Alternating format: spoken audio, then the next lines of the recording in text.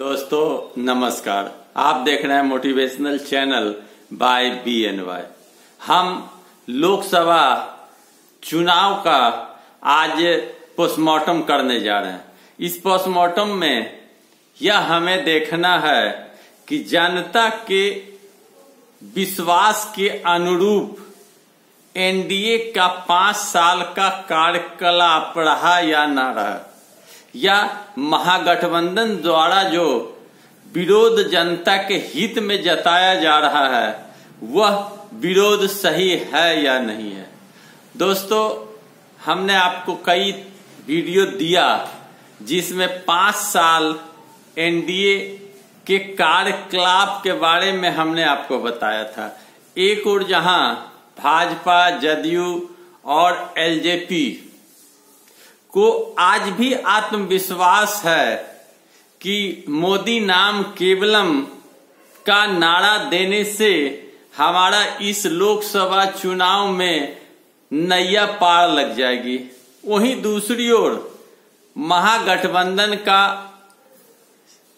आपसी तालमेल और महागठबंधन का जबरदस्त जनता के बीच में प्रवेश करना और जनता के बीच में जनता को जगाने का काम करना, और राहुल गांधी कांग्रेस के अध्यक्ष हैं जिनकी अपनी एक छवि है। उन्होंने 3 राज्य में अपना सरकार बनाया और राहुल गांधी के साथ मिलकर बिहार में तेजस्वी प्रसाद यादव, शरद यादव, जीतन राम मांझी, मुकेश सहनी, उपेंद्र कुशवाहा सहित अन्य लोगों ने मिलकर चुनाव लड़ने का घोषणा किया। पूरे बिहार में जहां एक ओर अपराध का ग्राफ बढ़ा, वहीं दूसरी ओर सृजन घोटाला, बालिका गृह कांड, मुजफ्फरपुर सहित कई आपराधिक घटनाएं बड़ी बड़ी घटी और महिलाओं का शोषण हुआ, दलितों का शोषण हुआ, अल्पसंख्यकों का शोषण हुआ। विकासात्मक कार्य उस मुताबिक नहीं हुआ जिस मुताबिक घोषणा की गई, जिससे जदयू के नीतीश कुमार की पॉपुलैरिटी घटी, लोकप्रियता पिछले चुनाव की अपेक्षा घटी है।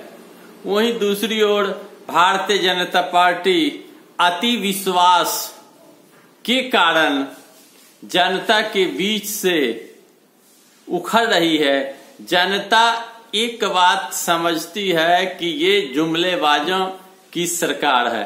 नरेंद्र मोदी का जितना 14 में लोकप्रियता था, लोगों के जुबान में मोदी मोदी मोदी चलता रहता था, आज वह लोकप्रियता घटा और घटकर लोग ये कहने लगे मोदी जब कहेंगे तो जुमलाबाजी ही करेंगे और जुमलेबाजी के अलावे उनके पास कोई मुद्दा नहीं है, आलोचना के अलावे उनके पास कोई मुद्दा नहीं है।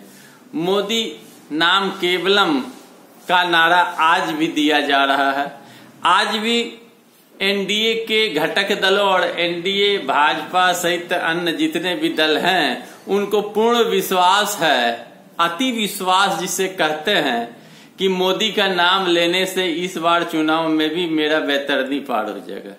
लेकिन नहीं, आपको यह जानना होगा और आप ये जानते हैं कि नोटबंदी सबसे बड़ी भारत के अंदर में घटना घटी।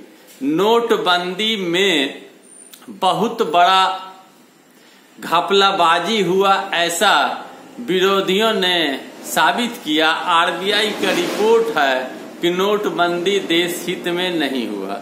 नोटबंदी के अंदर बहुत कुछ छिपा हुआ था जिसका खामियाजा जनता को भुगतना पड़ा, जनता को कष्ट का सामना करना पड़ा। महिलाओं की जमा राशि छिन्न भिन्न हो गई।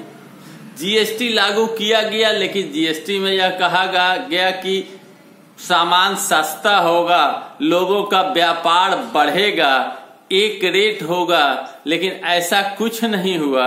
जीएसटी लागू होने से सामानों की दाम बढ़ गई, एक रेट नहीं हुआ। महंगाई बढ़ी है, व्यापारियों का व्यापार ठप पड़ गया, लोगों का व्यापार डूबने लगा, मिडिल क्लास व्यापारी तंग और तबाह हो गए, जीएसटी का कोई लाभ नहीं हुआ। बेरोजगारी की बात कही गई कि बेरोजगारी दूर किया जाएगा, 2 करोड़ नवयुवकों को रोजगार दिया जाएगा, लेकिन ना नौकरी निकाली गई, ना नौकरी दी गई। बेरोजगार आज भी बेरोजगार हैं। बेरोजगारों के लिए सरकार ने कुछ नहीं सोचा। और विकास के कार्यों की जहां तक आप बात करेंगे तो विकास का कार्य 26 और 21 का विजन दिखाया जा रहा है, लेकिन धरातल पर जमीनी कोई भी विकास का कार्य नहीं संपन्न हुआ। सपना दिखाया जाता है, बड़ी बड़ी योजनाओं की बात करी जाती है, लेकिन विकास जमीन पर नहीं हुआ।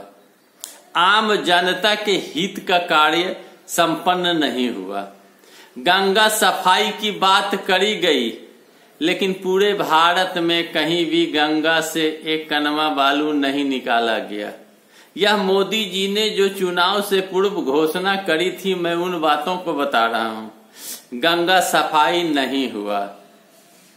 काला धन विदेश से लाया जाएगा, लेकिन आज तक काला धन नहीं लाया गया विदेश के स्विस बैंकों से, बल्कि अपने ही देश से बड़े बड़े उद्योगपति भारत से, भारत के बैंकों के रुपया को लेके भाग खड़े हुए विदेश में जाकर छिप गए। आज तक भारत सरकार किसी को वापस नहीं ला सकी। काला धन लाने के बजाय व्हाइट धन अपने देश का भी दूसरे देशों में चला गया। कश्मीर मामला नहीं सुलझाया गया। राम मंदिर का जो मुद्दा था वह नहीं सुलझाया गया। महिलाओं के हक को काटा गया। दलितों, पिछड़ों, अति पिछड़ों, अल्पसंख्यकों के आरक्षण को छिन्न भिन्न करने का प्रयास किया गया। समाज में आपसी द्वेष फैलाने का प्रयास किया गया। एक दूसरे को अलग करने का प्रयास किया गया। कहीं भी अमन, चैन, शांति का माहौल नहीं रह सका। दोस्तों, यह मैं सर्वे के आधार पर बता रहा हूं। एक और जहां भारत की जनता उम्मीद और आशा बनाए हुई थी कि देश के अंदर के लोगों को राहत मिलेगा, विकास होगा, लेकिन 5 वर्ष केवल आलोचना ही आलोचना करी गई, सपना दिखाया गया, पूरा नहीं हुआ। वहीं दूसरी ओर महागठबंधन ने जमकर विरोध किया। तेजस्वी प्रसाद यादव ने जमकर विरोध किया, घुटना नहीं टेका। उपेंद्र कुशवाहा भाजपा के अंदर थे, सहयोगी दल थे, घुटन महसूस हुआ, वहां से भाग खड़े हुए। जीतन राम मांझी जो दलित हैं उन्हें प्रताड़ित करके जदयू से भगाया गया।